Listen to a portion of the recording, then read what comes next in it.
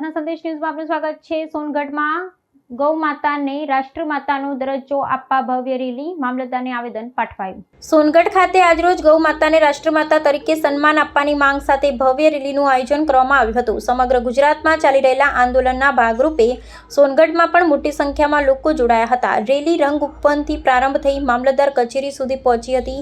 માર્ગ દરમિયાન ભાગ લેનારાઓએ ગૌ માતાના સન્માન માટે નારા લગાવી વાતાવરણ ગૌરવમય બનાવ્યું હતું।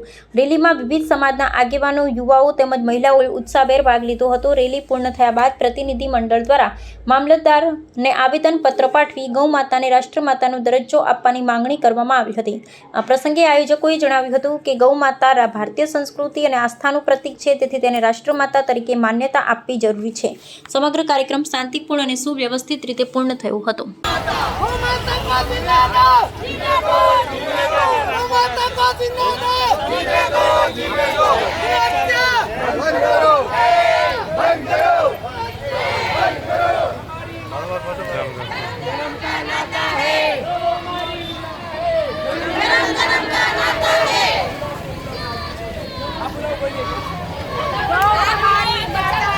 गौ माता को राष्ट्रमाता घोषित करो, घोषित करो, घोषित करो।